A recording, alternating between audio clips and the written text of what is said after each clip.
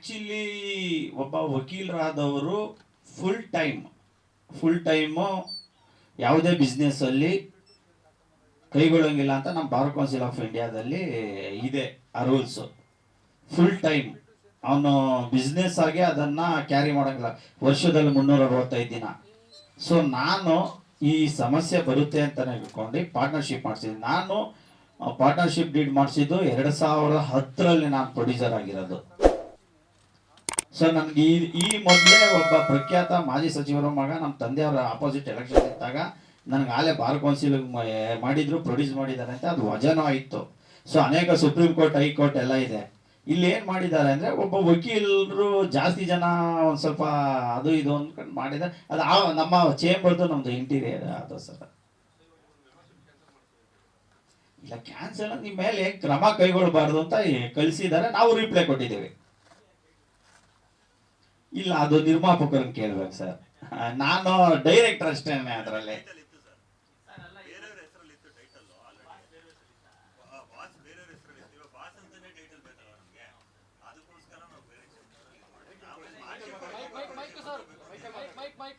ನಿಮಗೆ ಕೇಳ್ತಾ ಇಲ್ಲ? ಓಕೆ, ನಾವೇನು ಆ ಚೇಂಬರ್ಗೆ ಹೋಗ್ಬೇಕು ಆ ಥರ ಈ ಚೇಂಬರ್ಗೆ ಹೋಗ್ಬೇಕು ಅಂತ ಏನಿಲ್ಲ. ನಂಗೆ ಟೈಟಲ್ ಎಲ್ಲಿ ಸಿಕ್ತು ಅಲ್ಲಿ ಮಾಡಿದ್ವಿ ಬೆಸ್ಟ್ ಇದೆ. ಅಲ್ಲ ಅದು ಹಂಗಲ್ಲ ಸರ್. ಸರ್ ಈಗ ಏನಂದ್ರೆ ಸೆನ್ಸಾರ್ ಯಾರು ಫಸ್ಟ್ ಆಗುತ್ತೆ ಅದು. ಈಗ ಆ ಥರ ಕಂಪೇರ್ ಇರೋಂಥದ್ದು ಅನೇಕ ಸಿನಿಮಾಗಳು ಬಂದಿವೆ ಸರ್. Thank you sir.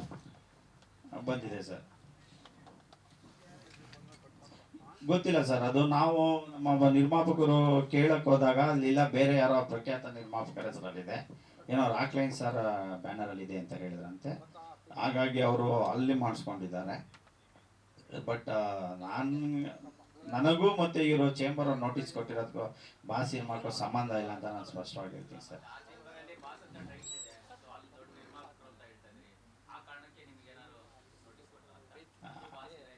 ಅದನ್ನ ನೀವು ಅವ್ರನ್ನೇ ಕೇಳ್ಬೇಕು ಸರ್.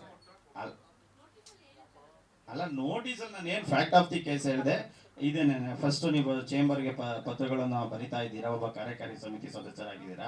ನೀವು ಸದಸ್ಯರಲ್ಲದವರ ಜೊತೆ ಕುಂತ್ಕೊಂಡು ಏನು ಹೇಳ್ತಾರೆ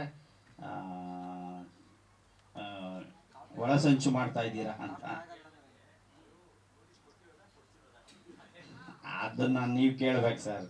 ಈಗ ಅಲ್ಲ ನಮ್ಮ ಆಸ್ ಪರ್ ಬೈಲಾ ಸರ್ ನಮ್ಮ ಬೈಲಾದಲ್ಲಿ, ನಮ್ಮ ಕರ್ನಾಟಕ ಚಲನಚಿತ್ರ ವಾಣಿಜ್ಯ ಮಂಡಳಿ ಬೈಲಾದಲ್ಲಿ ಎಲ್ಲೂ ಕೂಡ ಲಾಭದಾಯಕ ಹುದ್ದೆಯಲ್ಲಿ ಆಗಿರಲಿ, ವಕೀಲರಾಗಲಿ ಎಲ್ಲೂ ಕೂಡ ಮೆಂಬರ್ ಆಗಬಾರ್ದು ಅಂತ ಇಲ್ಲ. ಬೈಲಾ ಕ್ಲಿಯರ್ ಆಗಿ ಹೇಳುತ್ತೆ. ಬಟ್ ಕೊಟ್ಟಿದ್ದಾರೆ, ನಾವು ರಿಪ್ಲೈ ಕೊಟ್ಟಿದ್ದಾರೆ. ಬಟ್ ಅದಕ್ಕೂ ಇದಕ್ಕೂ ಸಂಬಂಧ ಇಲ್ಲ ಸರ್. ಇಲ್ಲ ಖಂಡಿತ ಹೊಡಿದೀವಿ ಸರ್. ಅವರು ಓದಿರ್ತಾರೆ, ಸೀನಿಯರ್ ಇದ್ದಾರೆ. ಬಟ್ ಅದು ಗೊತ್ತಿಲ್ಲ ಸರ್, ಅದು ಹೇಗೆ ಕೊಟ್ಟಿದಾರ ಅಂತ.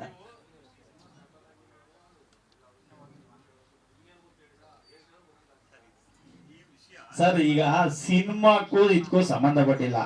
ದಯವಿಟ್ಟು ನೀವು ಅದಕ್ಕೂ ಇದಕ್ಕೂ ಲಿಂಕ್ ಮಾಡಬೇಡಿ ದಯವಿಟ್ಟು ಪ್ಲೀಸ್ ಸರ್. ಬರುತ್ತಾ?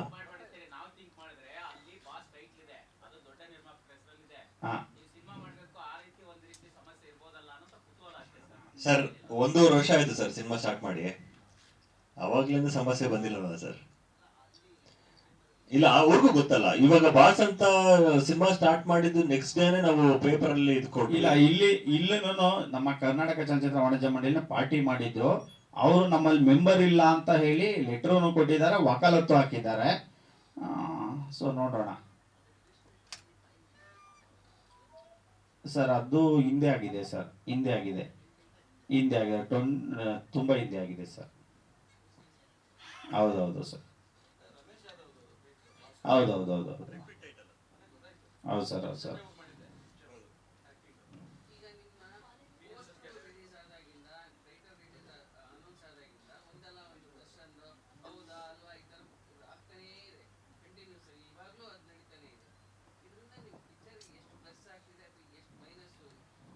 ಪ್ಲಸ್ ಅನ್ನೋದಕ್ಕಿಂತ ಸರ್ ಜಾಸ್ತಿ ಸಮಸ್ಯೆಗಳೇ ಆಗ್ತಾ ಇದೆ. ಎಲ್ಲರೂ ಸ್ನೇಹಿತರು, ಮನೆಯವರು ಎಲ್ಲರೂ ಕೂಡ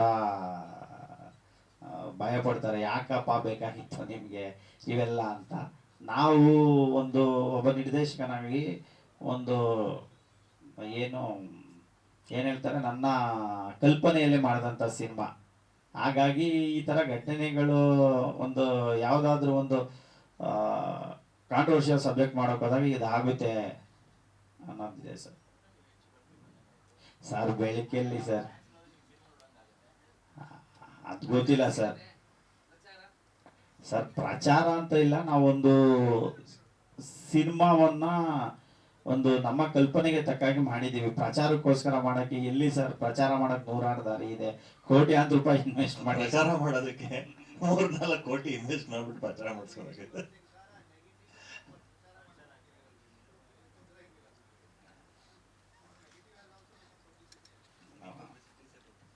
ಪ್ರೊಡ್ಯೂಸರ್ ದುಡ್ಡು ಬಂದ್ರೆ ಅದೇ ನಮಗೆ ಸಾಕು ಸರ್, ಅಷ್ಟೇ ಸರ್.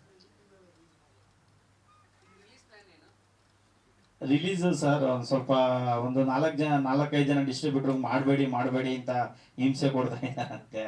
ಸೊ ಅದೆಲ್ಲ ಅದಾದ್ಮೇಲೆ ಕ್ಲಿಯರ್ ಮಾಡ್ಕೊಂಡು ನಾವೇ ರಿಲೀಸ್ ಮಾಡೋಕ್ಕೆ ಓನಾಗಿ ಮಾಡಲಿ ಸರ್. ಮಾಡ್ತಾ ಇದ್ದಾರೆ ಅಂತ ಗೊತ್ತಿಲ್ಲ ಸರ್. ಯಾರು ಕಾನೂನು ಎಲ್ಲರಿಗೂ ಒಂದೇ ಸರ್, ನಮಗೂ ಒಂದೇ, ಲಾಯರ್ ಆದ್ರೂ ಒಂದೇ, ಜಡ್ಜ್ ಆದ್ರೂ ಒಂದೇ, ಸೆಲೆಬ್ರಿಟಿ ಆದ್ರೂ ಒಂದೇ, ರೋಡಲ್ಲಿ ಹೋಗೋನ್ಗೂ ಒಂದೇ ಸರ್. ಯಾರು ಏನು ಮಾಡೋಕ್ಕಲ್ಲ ಸರ್. ಲಾ ಅನ್ನೋದು ಇವತ್ತು ಸುಪ್ರೀಂ, ಅದು ನಮ್ಮ ಇಂಡಿಯಾದಲ್ಲಿ ಸ್ಟ್ರಾಂಗ್ ಆಗಿದೆ. ಜುಡಿಷಿಯರಿ ಅನ್ನೋದು ತುಂಬಾ ಸ್ಟ್ರಾಂಗ್ ಆಗಿದೆ ಸರ್. ನಾವು ಜುಡಿಷಿಯರಿ ಮೇಲೆ ನಂಬಿಕೆ ಇಟ್ಟಿರೋದು ಸರ್. ಯಾವುದು ಸರ್? ಹೌದು ಸರ್.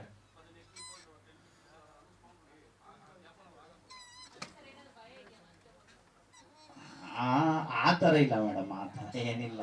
ಸೊ KV8 ಹಾಕೊಂಡಿದೀವಿ ನಾವು. ಸೊ ಅಷ್ಟೇ. ವಿತೌಟ್ ಅವರ್ ನೋಟಿಸ್ ಅವ್ರೇನು ಮಾಡೋಕ್ಕಾಗಲ್ಲ. ನಮ್ಗೆ ನೋಟಿಸ್ ಬರಲೇಬೇಕು. ಇವಾಗ ನಮ್ಗೆ ಏನಾದ್ರೂ ಅವ್ರು ಸ್ಟೇ ಹಾಕ್ಬೇಕು ಅಂತ ಹೇಳಿದ್ರು ನಮ್ಗೆ ನೋಟಿಸ್ ಕೊಡ್ಲೇಬೇಕು. ನಾವೇನಂತ ಕೇಳ್ಕೊತೀವಿ ಅಂತ ಹೇಳಿದ್ರೆ, ದಯವಿಟ್ಟು ಸಿನಿಮಾ ನೋಡಿ, ಆಮೇಲೆ ನೀವೇನು ಡಿಸೈಡ್ ಮಾಡ್ತೀರೋ ಮಾಡಿ. ಅದಕ್ಕಿಂತ ಮುಂಚೆ ಬ್ಲೈಂಡ್ ಆಗಿ ಸಿನಿಮಾಗೆ ಸ್ಟೇ ತರೋದು, ಬೇರೆಯವ್ರಿಗೆ ಹರ್ಟ್ ಮಾಡೋದು, ಅಂದ್ರೆ ಇವಾಗ ನಾವು ಇನ್ವೆಸ್ಟ್ ಮಾಡಿರ್ತೀವಲ್ಲ ಕೋಟ್ಯಾಂತರ ರೂಪಾಯಿ, ನಮಗೂ ಲಾಸ್ ಆಗುತ್ತಲ್ವಾ